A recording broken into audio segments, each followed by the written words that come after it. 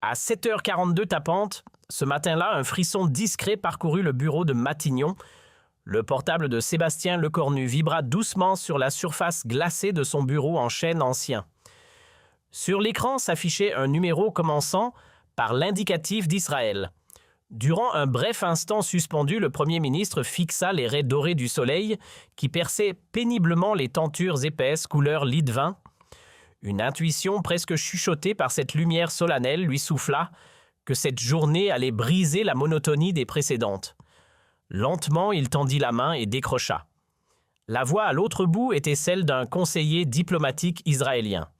Tendu, presque métallique, chaque mot pesait comme de l'or. Monsieur le Premier ministre, le cabinet de sécurité israélien vient de finaliser une décision historique concernant les otages.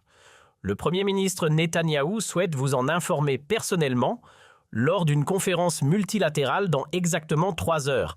Lecornu sentit tous ses muscles se contracter instantanément. 3 heures. Seulement 3 heures pour comprendre ce qui se tramait dans les salles secrètes de Jérusalem. 3 heures avant que le monde entier ne découvre une vérité qui allait tout changer. Il raccrocha sans prononcer un mot de plus, son regard bleu acier se perdant vers la fenêtre, où Paris s'éveillait lentement, totalement inconscient de la tempête diplomatique qui approchait à grande vitesse. Mais attends, tu ne sais pas encore ce qui va réellement se passer dans ces 3 heures.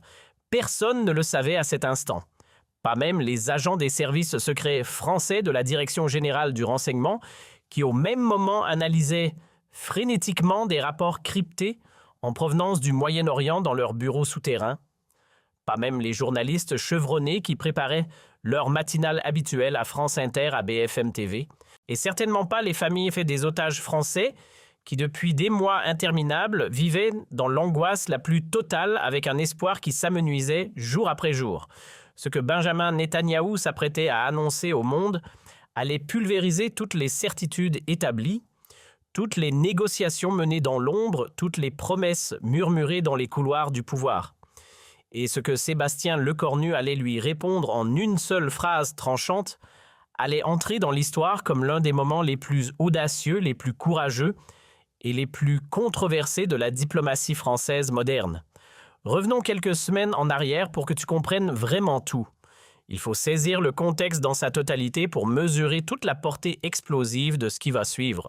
Depuis l'attaque dévastatrice du 7 octobre et l'enlèvement brutal de dizaines d'otages dont plusieurs citoyens français, la pression internationale sur Israël n'avait cessé de croître comme une cocotte minute prête à exploser. Les négociations menées dans le plus grand secret par le Qatar, l'Égypte et les États-Unis semblaient piétiner désespérément. Chaque jour apportait son lot de rumeurs contradictoires, d'espoirs déçus et de communications cryptiques. Les familles oscillaient entre désespoir et rage contenue. Mais personne n'avait anticipé ce qui allait se produire ce matin-là. Dans son bureau silencieux de Matignon, Sébastien Lecornu se leva lentement de son fauteuil en cuir. À 39 ans, il était l'un des plus jeunes premiers ministres de l'histoire française moderne, nommé par Emmanuel Macron le 5 septembre 2024. Il avait déjà traversé des crises politiques majeures, la motion de censure, les manifestations violentes contre la réforme des retraites, les tensions avec l'extrême droite montante. Mais rien, absolument rien, ne l'avait préparé à ce qui l'attendait aujourd'hui. Il marcha vers la fenêtre, les mains croisées dans le dos, et observa les toits de Paris qui scintillaient sous la rosée matinale. Quelque part dans cette ville, des familles françaises attendaient désespérément des nouvelles de leurs proches retenus en otage. Quelque part dans les bureaux du quai d'Orsay, des diplomates chevronnés tentaient de déchiffrer les intentions réelles d'Israël. Et quelque part à Jérusalem, Benjamin Netanyahou préparait son annonce qui allait secouer le monde. Lecornu ferma les yeux une seconde. Il repensa à sa dernière conversation téléphonique avec Macron 2 jours auparavant. Le président lui avait dit avec cette gravité particulière qu'il adoptait dans les moments cruciaux « Sébastien, si Netanyahou fait ce que nos services pensent qu'il va faire, tu devras prendre position. Seul, sans attendre mon retour d'Asie. La France ne peut pas se taire. » Ces mots résonnaient encore dans sa tête comme un tambour de guerre. Prendre position, seul, sans filet de sécurité. 3 heures plus tard, la conférence multilatérale commença. Sur l'écran géant installé dans la salle de crise de Matignon, les visages des dirigeants mondiaux apparurent un par un, le président américain, le chancelier allemand, le premier ministre britannique, le secrétaire général de l'Organisation des Nations Unies. Tous attendaient. L'atmosphère était électrique, chargée d'une tension presque palpable. Et puis Benjamin Netanyahou apparut. Son visage saturait l'écran, ses traits tirés trahissaient des semaines de nuits blanches et de décisions impossibles. Il portait sa chemise blanche impeccable, habituelle, sa cravate bleue parfaitement nouée. Mais dans ses yeux, Lecornu perçut quelque chose qu'il n'avait jamais vu auparavant, une détermination absolue mêlée à quelque chose de plus sombre, quelque chose qui ressemblait à du désespoir calculé. Netanyahou prit la parole en anglais, sa voix grave résonnant dans la salle comme un verdict. « Mesdames et messieurs les dirigeants, j'ai une annonce importante à faire ce matin. » Après des semaines de négociations intensives et suite à la réponse finale reçue du Hamas hier soir, le gouvernement israélien a décidé de procéder à la libération de tous les otages. Nous sommes prêts à mettre en œuvre la première phase du plan de libération dès demain matin. Un silence de plomb tomba sur la salle. Lecornu sentit tous les regards se tourner vers lui. Les otages français allaient être libérés. C'était ce que tout le monde attendait depuis des mois. C'était le miracle diplomatique que personne n'osait plus espérer. Alors pourquoi cette boule d'angoisse dans son estomac? Pourquoi cette alarme qui hurlait dans sa tête? Mais Netanyahou continua chaque mot soigneusement articulé. La première phase commencera demain à l'aube. Elle concernera la libération de tous les otages civils, femmes et enfants en priorité. En échange, Israël libérera des prisonniers palestiniens selon une liste préétablie. La deuxième phase suivra dans les jours suivants et concernera les otages militaires. La troisième phase sera la remise des corps des otages décédés. Le Premier ministre britannique intervint immédiatement, sa voix tremblante d'émotion. « C'est une nouvelle extraordinaire, monsieur le Premier ministre. Le monde entier vous en sera reconnaissant. » Le chancelier allemand acquiesça vigoureusement.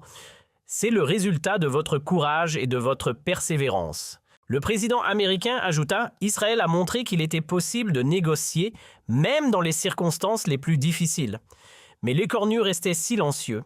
Ses collaborateurs les plus proches assis autour de la grande table le regardaient avec inquiétude. Pourquoi ne disait-il rien? Pourquoi ce silence pesant alors que tous les autres dirigeants félicitaient Netanyahou? Son conseiller diplomatique, Marc Vallière, se pencha vers lui et murmura « Monsieur le Premier ministre, vous devriez dire quelque chose. Le silence de la France est remarqué. » Lecornu leva une main pour le faire taire. Ses yeux ne quittaient pas l'écran. Il observait Netanyahou avec une intensité laser, cherchant à déchiffrer ce qui se cachait derrière cette annonce apparemment miraculeuse. Et soudain, il le vit. Un micro-mouvement dans les yeux du Premier ministre israélien. Une hésitation infinitésimale quand il avait prononcé le mot « tous ». Une crispation imperceptible de la mâchoire quand il avait dit « première phase ». C'était là. Le mensonge était là, enfoui dans les plis de cette annonce historique. Mais Netanyahou n'allait pas libérer tous les otages, ou du moins pas dans les conditions annoncées. Il y avait un piège, une clause cachée, un détail crucial que le Premier ministre israélien avait soigneusement omis de mentionner. Lecornu le sentait dans ses tripes avec cette certitude absolue que seuls les politiciens expérimentés développent après des années à naviguer dans les eaux troubles de la diplomatie internationale. Le modérateur de la conférence intervint. Y a-t-il d'autres questions ou commentaires avant que nous ne passions aux détails techniques? C'était le moment où Lecornu devait soit se taire et laisser passer cette annonce, soit prendre le risque de tout faire exploser en posant la question que personne d'autre n'osait poser. Il pensa aux familles françaises, aux parents qui attendaient, aux enfants qui voulaient retrouver leurs parents, aux promesses qu'il avait faites, aux valeurs que la France était censée défendre, et il prit sa décision. Sébastien Lecornu se pencha vers le microphone, et toute la salle retint son souffle. Sa voix était calme, posée, mais chargée d'une autorité qui fit tressaillir même les plus aguerris, monsieur le Premier ministre Netanyahou. J'ai une question avant que nous célébrions prématurément cette annonce. Le visage de Netanyahou se figea sur l'écran. Les autres dirigeants semblaient surpris par l'intervention française. Le ton de Lecornu n'était pas celui de la félicitation, mais celui de l'interrogation exigeante. Vous avez dit que tous les otages seraient libérés, mais je voudrais une clarification précise. Est-ce que cela inclut les otages qui ont la double nationalité israélo-française? Est-ce que cela inclut les otages qui ont été identifiés par vos services comme ayant des liens, même lointains, avec des organisations que vous considérez comme problématiques? Est-ce que tout signifie vraiment tous, sans exception, sans clause cachée, sans condition secrète? Le silence qui suivit fut assourdissant, mais Netanyahou ne répondit pas immédiatement. Ses yeux se plissèrent légèrement. Il venait de comprendre que Lecornu avait vu à travers son annonce qu'il avait détecté la faille dans sa déclaration soigneusement préparée. Les secondes s'étirèrent comme des heures. Tous les regards étaient braqués sur l'écran. Attendant la réponse du Premier ministre israélien Marc Vallière était devenu blanc comme un linge. Il savait que son patron venait de franchir une ligne rouge qu'il venait de mettre publiquement, en doute la parole d'un chef d'État allié devant l'ensemble de la communauté internationale. Finalement, Netanyahou parla et sa voix avait perdu toute sa chaleur diplomatique. Monsieur le Premier ministre Lecornu, je peux vous assurer que notre engagement est total. Tous les otages civils seront libérés selon le calendrier établi. Lecornu ne lâcha pas prise. Il se pencha encore plus vers le microphone et ce qu'il dit ensuite allait être répété dans tous les médias du monde pendant des semaines. Monsieur le Premier ministre, avec tout le respect que je vous dois, tous les otages civils n'est pas la même chose que tous les otages. Je vais donc reformuler ma question très simplement. Allez-vous libérer absolument tous les otages, sans exception, y compris ceux que vous considérez comme ayant le statut ambigu de doubles nationaux ou de personnes sous enquête? Et là, dans cette fraction de seconde qui sembla une éternité, le visage de Netanyahou changea. La façade du diplomate triomphant s'effrita légèrement. Ses mâchoires se serrèrent, ses yeux devinrent plus durs. Il venait de comprendre qu'il ne pourrait pas contourner la question française. Lecornu avait mis le doigt exactement là où ça faisait mal. La situation est complexe, commença-t-il, et ces 4 mots confirmèrent tout ce que Lecornu soupçonnait. Il y a effectivement quelques cas particuliers qui nécessitent une évaluation de sécurité supplémentaire. Nous parlons d'un très petit nombre d'individus. Combien coupa Lecornu? 23. 23 otages ne seront pas libérés dans cette première phase que vous présentez comme totale. Le malaise dans la salle de conférence virtuelle était maintenant palpable. Le président américain se racla la gorge visiblement inconfortable. Le premier ministre britannique détourna le regard. Le chancelier allemand tripotait nerveusement ses papiers. Ils savaient tous que Lecornu venait de déchirer le voile de la diplomatie polie pour exposer une vérité que personne ne voulait entendre. Netanyahou hésita encore, puis lâcha. Environ 23 individus resteront en détention temporaire pour des raisons de sécurité nationale israélienne. Ils seront libérés dans une phase ultérieure après vérification approfondie. Le chiffre explosa dans l'esprit de Lecornu comme une bombe. 23 êtres humains que Netanyahou s'apprêtait à exclure de sa grande annonce de libération. 23 otages dont les familles allaient découvrir qu'ils ne faisaient pas partie des tous. 23 personnes dont la liberté dépendait de critères arbitraires, décidés unilatéralement par le gouvernement israélien. Et parmi ces 23, les services français avaient identifié au moins 7 citoyens français ou binationaux. Cette famille française qui allait vivre l'espoir puis la dévastation en l'espace de quelques heures. Lecornu ferma les yeux pendant 2 secondes. 2 secondes pour rassembler tout son courage, 2 secondes pour mesurer l'impact de ce qu'il allait dire, 2 secondes pour accepter que sa carrière politique pourrait se terminer dans les minutes suivantes. Puis il rouvrit les yeux, regarda directement la caméra et prononça les mots qui allaient changer le cours de cette crise. Alors ce n'est pas tout. Ces 5 mots tombèrent comme un couperet. La réponse de Lecornu en une seule phrase, simple, directe, implacable. Une phrase qui démantelait toute la rhétorique de Netanyahou. Une phrase qui exposait la manipulation. Une phrase qui allait déclencher une tempête diplomatique sans précédent. Netanyahou devint rouge de colère contenue. Sa main serra convulsivement le bord de son bureau. Il comprit immédiatement que le cornu venait de le piéger publiquement devant tous les leaders mondiaux. Monsieur le Premier ministre dit « Le cornu, sa voix était maintenant glaciale. Je trouve votre intervention particulièrement déplacée et irresponsable. Israël fait un effort historique pour… » Mais le cornu ne le laissa pas terminer. Il enchaîna avec une force tranquille qui sidéra tous les présents, non monsieur le Premier ministre Netanyahou. Ce qui est irresponsable, c'est d'annoncer au monde une libération totale des otages, alors que vous savez pertinemment que 23 personnes resteront captives. Ce qui est déplacé, c'est de manipuler l'espoir de familles désespérées avec des annonces incomplètes. Ce qui est inacceptable, c'est de créer une catégorie d'otages de seconde zone basée sur des critères que vous refusez de rendre publics. Marc Vallière posa une main apaisante sur l'épaule de Lecornu, mais le Premier ministre français l'ignora complètement. Quelque chose s'était brisé en lui. La fatigue accumulée, les nuits blanches à négocier, les appels déchirants des familles, la pression constante, tout cela explosait maintenant en un torrent de vérité diplomatique. Et puisque nous parlons franchement, continua Lecornu, sa voix devenant plus ferme, à chaque mot, permettez-moi de vous dire ce que la France pense vraiment de cette situation. Nous soutenons le droit d'Israël à se défendre. Nous condamnons le terrorisme du Hamas sans ambiguïté. Mais nous ne resterons pas silencieux quand on nous présente des demi-vérités comme des victoires complètes. Nous ne célébrerons pas une libération partielle déguisée en libération totale et nous n'accepterons jamais que des citoyens français soient exclus d'un accord de libération pour des raisons que vous refusez de justifier publiquement.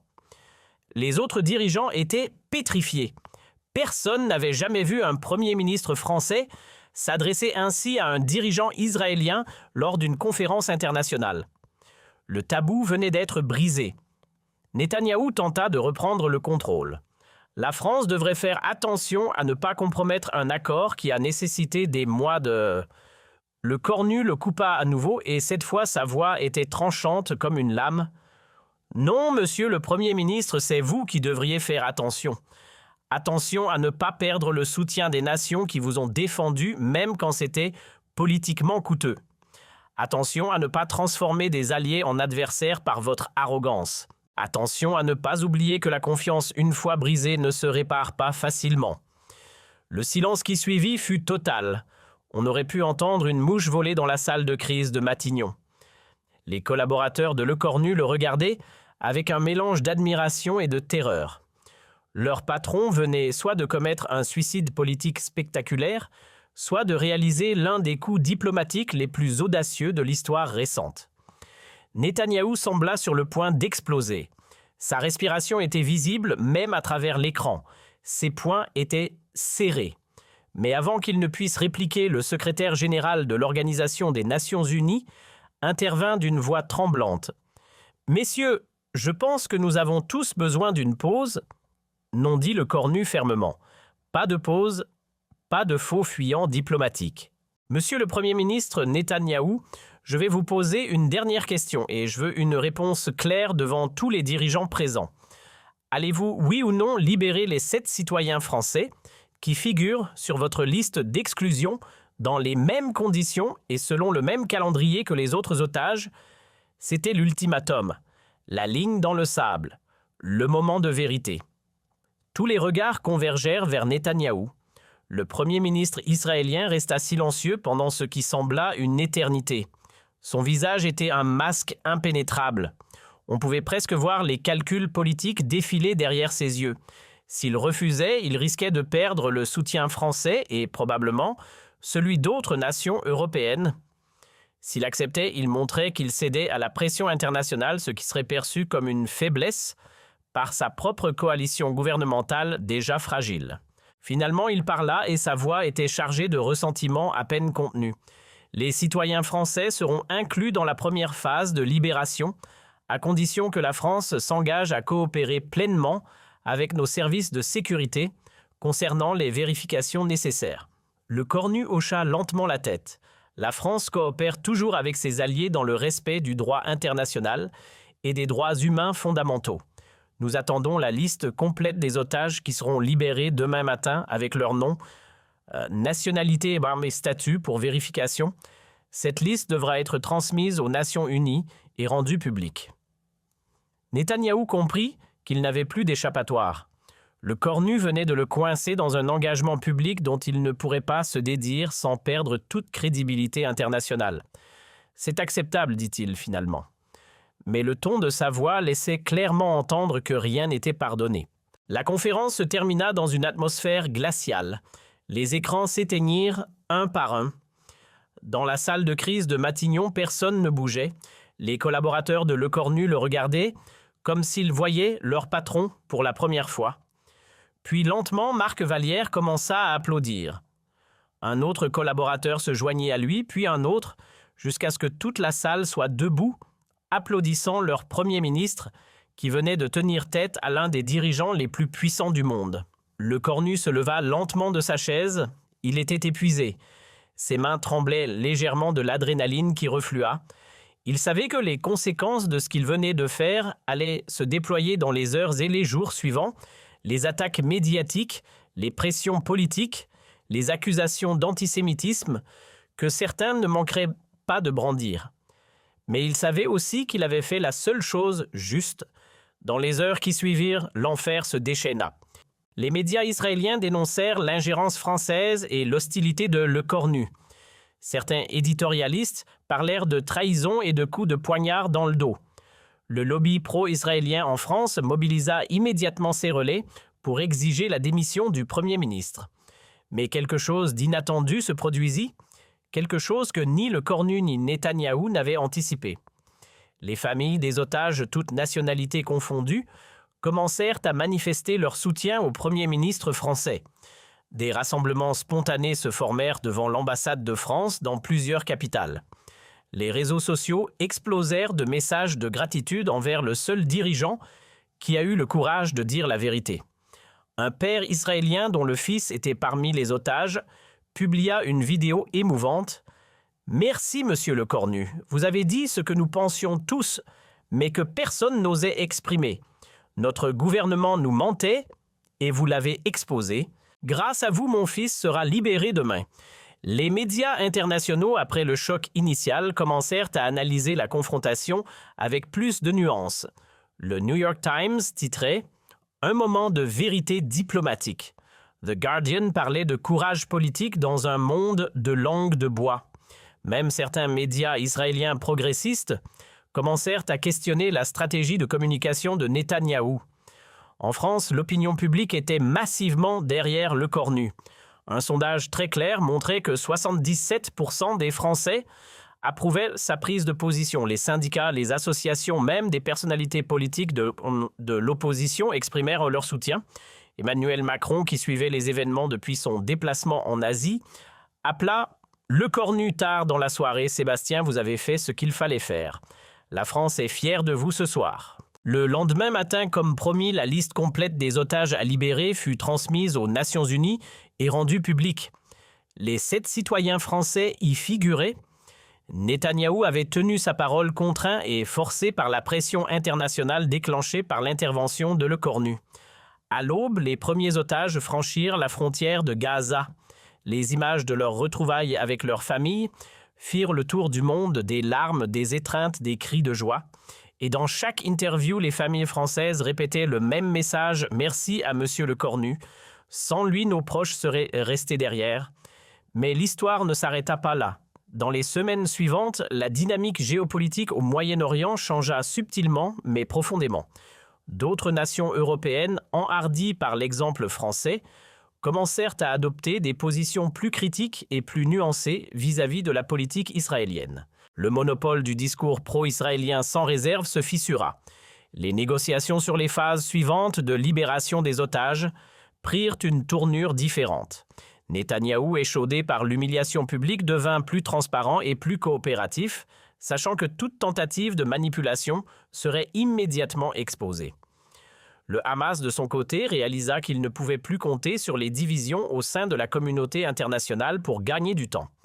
Dans les cercles diplomatiques, on commença à parler de l'effet Lecornu, le phénomène par lequel un dirigeant politique, en brisant un tabou et en disant une vérité inconfortable, peut changer la dynamique entière d'une négociation internationale. Des séminaires furent organisés dans les écoles de diplomatie pour étudier cette confrontation comme un cas d'école. Certains analystes la comparèrent au discours de Churchill, d'autres à la position de De Gaulle. Pour Sébastien Lecornu lui-même, cette journée marqua un tournant. Il n'était plus le jeune Premier ministre nommé par Macron, celui dont on doutait de la stature internationale. Il était devenu un homme d'État respecté, craint et écouté. Les dirigeants mondiaux savaient désormais qu'il ne se contenterait pas de formules diplomatiques creuses, qu'il était prêt à dire des vérités dérangeantes, même à des alliés puissants. 3 mois plus tard, lors d'un sommet européen à Bruxelles, Netanyahou et Lecornu se croisèrent dans un couloir. Les caméras étaient loin. Les conseillers maintenaient une distance respectueuse. Les deux hommes se regardèrent pendant quelques secondes. Netanyahou tendit la main. « Vous avez fait votre travail ce jour-là. » Lecornu serra la main fermement, comme vous auriez dû faire le vôtre, dire toute la vérité dès le départ. Ils se séparèrent sans un mot de plus, mais quelque chose avait changé. Un respect mutuel était né de cette confrontation. Le genre de respect qui ne vient que quand deux adversaires se sont affrontés sans faux semblant. L'histoire retint cette journée non pas comme un conflit entre la France et Israël, mais comme un moment où un dirigeant avait eu le courage de privilégier la vérité sur la commodité diplomatique, où l'intégrité avait primé sur l'opportunisme politique, où une seule phrase avait suffi à démasquer une manipulation et à sauver des vies. Alors ce n'est pas tout. 5 mots, une phrase, une vérité et un héritage qui allait inspirer une génération de diplomates à ne jamais sacrifier l'honnêteté sur l'autel de la convenance politique. Aujourd'hui, quand on demande à Sébastien Lecornu s'il regrette sa confrontation avec Netanyahou, il sourit et répond invariablement « regretter d'avoir dit la vérité jamais ». C'est peut-être la seule chose en politique dont on ne devrait jamais avoir à s'excuser. Et quelque part dans des maisons à travers la France, des familles réunies avec leurs proches libérés lèvent leur verre chaque année à la date anniversaire de cette conférence. En prononçant ce toast simple mais chargé de sens à l'homme qui a osé dire « Alors ce n'est pas tout, mais attendez, il y a quelque chose que vous ne savez pas encore sur cette journée historique. » Quelque chose qui ne fut révélé que des mois plus tard dans les mémoires confidentielles d'un diplomate américain présent lors de cette conférence. Quelque chose qui change complètement la perception de ce moment. 2 heures avant la conférence, pendant que Lecornu marchait nerveusement dans son bureau à Matignon, un courriel crypté arriva sur le serveur sécurisé de la DG. L'expéditeur était anonyme, mais les métadonnées indiquaient une origine proche des services de renseignement israéliens. Le message contenait un document explosif, la liste complète des 23 otages que Netanyahou comptait exclure de la libération, avec les raisons détaillées de chaque exclusion. Parmi ces raisons figuraient des éléments qui auraient fait scandale s'il avait été rendu public. 3 otages étaient exclus simplement parce qu'ils avaient critiqué la politique israélienne sur les réseaux sociaux avant leur enlèvement. 5 autres parce qu'ils avaient des liens familiaux lointains avec des Palestiniens. 2 parce qu'ils avaient participé à des manifestations pour la paix à Tel Aviv. Le document révélait que Netanyahou savait parfaitement que ces critères ne tiendraient jamais devant un examen international et qu'il comptait sur le silence complice de la communauté internationale trop heureuse de célébrer une victoire diplomatique partielle plutôt que d'affronter une vérité embarrassante. Ce fut ce document qui donna à Lecornu le courage d'agir. Il savait exactement ce que Netanyahou cachait. Il avait les preuves, mais il ne pouvait pas les révéler publiquement sans mettre en danger la source qui avait risqué sa vie pour les transmettre. Alors il avait choisi une stratégie différente, forcer Netanyahou à admettre lui-même la vérité par des questions si précises qu'il ne pourrait pas esquiver. Marc Vallière, qui avait lu le document en même temps que Lecornu avait supplié son patron de ne pas utiliser ces informations. C'est trop risqué. Si Netanyahou comprend que nous avons accès à ces communications internes, cela pourrait déclencher une crise diplomatique majeure. Nous pourrions être accusés d'espionnage. Mais Lecornu avait répondu d'une voix qui ne tremblait pas. Et si nous ne faisons rien, 23 personnes resteront en captivité pour des raisons qui violent tous les principes que nous prétendons défendre. Je ne peux pas vivre avec ça sur la conscience. Pas pour sauver ma carrière. Pas pour éviter un scandale diplomatique. Cette conversation ne fut jamais rendue publique. Le document fut détruit après la conférence, ses cendres dispersées dans la Seine par un agent de la Direction générale de la sécurité extérieure dont l'identité reste classifiée à ce jour.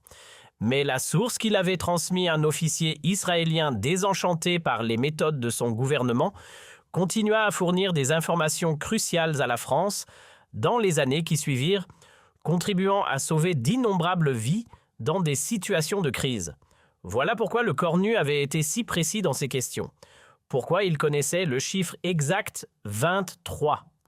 Pourquoi il avait mentionné spécifiquement les doubles nationaux et les personnes sous enquête. Il ne devinait pas, il savait. Et Netanyahou, en l'entendant poser ces questions avec une telle précision, avait compris immédiatement que quelqu'un dans son propre camp l'avait trahi.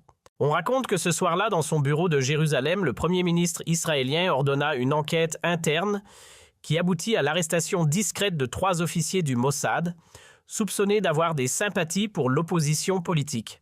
L'un d'eux fut forcé à la démission anticipée, un autre disparut mystérieusement pendant 6 mois avant de réapparaître à Londres avec une nouvelle identité. Le troisième, le véritable coupable, ne fut jamais identifié et continue probablement à servir dans les rangs des services secrets israéliens, portant son secret comme une médaille invisible. Cette dimension cachée de l'affaire explique aussi pourquoi, lors de leur rencontre dans ce couloir de Bruxelles 3 mois plus tard, Netanyahou avait dit à Le Cornu « Vous avez fait votre travail, c'était une reconnaissance à double sens ». Netanyahou savait que Le Cornu avait eu accès à des informations qu'il n'aurait jamais dû avoir.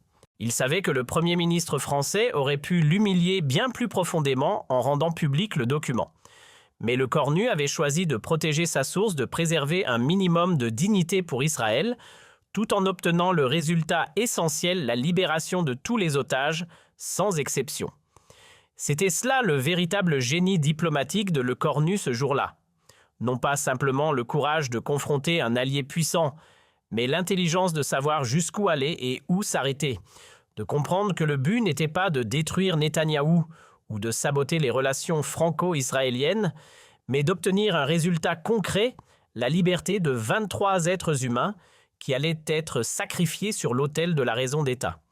Dans les années qui suivirent, Le Cornu ne parla jamais de ce document, pas même à Emmanuel Macron, qui ne le découvrit que bien plus tard par une indiscrétion d'un agent retraité de la Direction générale de la sécurité extérieure.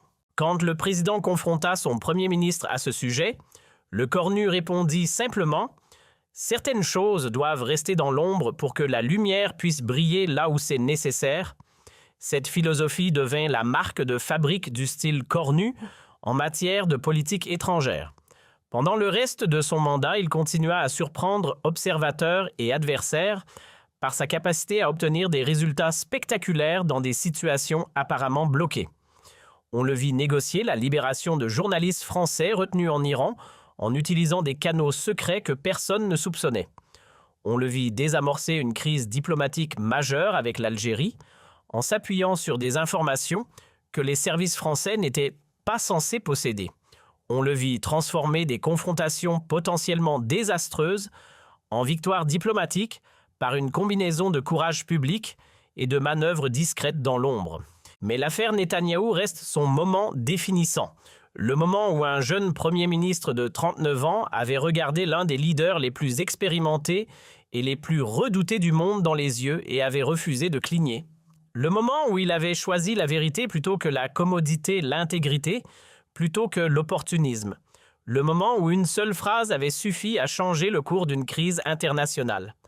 Aujourd'hui, dans les écoles diplomatiques de Sciences Po, Paris, de l'École nationale d'administration, et même dans certaines universités étrangères, on enseigne le cas, Le Cornu comme un exemple classique de ce que l'on appelle en théorie des relations internationales, la symétrie constructive, l'art d'utiliser des informations privilégiées, non pas pour humilier un adversaire, mais pour le contraindre à faire ce qui est juste. Les étudiants débattent passionnément de la moralité de cette approche. Était-il éthique pour Le Cornu d'utiliser des informations obtenues, probablement par espionnage? Aurait-il dû révéler publiquement l'existence du document? Où se situe la ligne entre la diplomatie habile et la manipulation? Ces questions restent ouvertes, sujettes à des interprétations multiples, selon les perspectives politiques et philosophiques de chacun. Mais une chose est certaine, 23 personnes qui auraient dû rester en captivité sont libres aujourd'hui. 23 familles qui auraient dû continuer à souffrir ont retrouvé leurs proches. Et cela, personne ne peut le nier, personne ne peut le minimiser. 5 ans après cette confrontation historique, un journaliste du Monde réussit à obtenir une interview rare avec Le Cornu qui avait depuis quitté Matignon pour devenir ministre des Affaires étrangères sous un nouveau gouvernement. À la question « Si vous deviez revivre cette journée, feriez-vous les choses différemment ?» Le Cornu resta silencieux pendant un long moment, regardant par la fenêtre de son bureau, au quai d'Orsay, où la Seine coulait paisiblement. Puis il se tourna vers le journaliste avec ce regard bleu acier, qui était devenu sa signature, et il dit « Vous savez, en politique, on nous apprend à peser chaque mot, à calculer chaque geste, à anticiper chaque conséquence. Mais parfois, il faut simplement faire ce qui est juste, même si c'est dangereux, même si c'est impopulaire, même si cela peut détruire votre carrière. Ce jour-là, j'ai fait ce qui était juste. Je dormirais moins bien aujourd'hui si j'avais fait autre chose. » Le journaliste nota cette réponse, puis posa la question que tous se posaient depuis des années. « Est-il vrai que vous aviez accès à des documents confidentiels israéliens ce jour-là » Le Cornu sourit mais ne répondit pas directement. Ce qui est vrai, c'est que 23 personnes sont libres aujourd'hui. Le reste n'est que spéculation. Et c'est sur cette note d'ambiguïté calculée que l'interview se termina. Le Cornu avait encore une fois démontré son talent pour dire ce qui devait être dit, tout en gardant ce qui devait rester secret. Cette capacité à naviguer entre transparence et discrétion, entre courage public et prudence stratégique, était devenue la marque d'un homme d'État véritablement exceptionnel. L'histoire de cette confrontation se transmit de génération en génération dans les couloirs du pouvoir français. Elle devint une légende, un conte moral sur le courage et l'intégrité en politique. Les jeunes diplomates l'écoutaient, avec des yeux brillants rêvant du jour où eux aussi pourraient défendre la vérité avec autant de force. Les cyniques haussaient les épaules, la qualifiant de coup de chance ou de manipulation médiatique habile. Mais ceux qui étaient là ce jour-là, ceux qui avaient vu le visage de Le Cornu quand il avait prononcé ces 5 mots fatidiques, savaient que c'était quelque chose de plus profond, quelque chose de plus rare, un moment de vérité absolue dans un monde construit sur des demi-vérités et des compromis. Et quelque part, dans un appartement modeste de Tel Aviv, un ancien officier du Mossad regarde parfois les étoiles la nuit et se souvient du jour où il a envoyé un courriel qui a changé le destin de 23 personnes. Il ne sait pas si Le Cornu pense encore à lui, s'il se demande qui était cette source mystérieuse qui a tout risqué pour faire triompher la justice. Mais peu importe, il sait qu'il a fait ce qui était juste. Et parfois, dans ce monde complexe et cruel, c'est tout ce qui compte. Alors la prochaine fois que tu entends un politicien faire une annonce qui semble trop belle pour être vraie, souviens-toi de cette histoire. Souviens-toi de Sébastien Le Cornu qui a eu le courage de demander « Est-ce vraiment tout ?» Souviens-toi que derrière chaque grande déclaration se cachent parfois des petits caractères que personne ne veut que tu lises. Et souviens-toi qu'une seule personne prête à dire « alors ce n'est pas tout » peut faire toute la différence entre une manipulation réussie et une vérité exposée. Car au final, c'est cela le véritable pouvoir, non pas la capacité de tromper, mais le courage de démasquer. Non pas l'art de mentir avec élégance, mais la force de dire la vérité même quand elle dérange. Et si l'histoire se souvient de Sébastien Le Cornu, ce ne sera pas comme d'un politicien parmi tant d'autres, mais comme de l'homme qui, un matin de novembre, a refusé de jouer le jeu et a changé le cours de l'histoire avec 5 mots simples, alors ce n'est pas tout.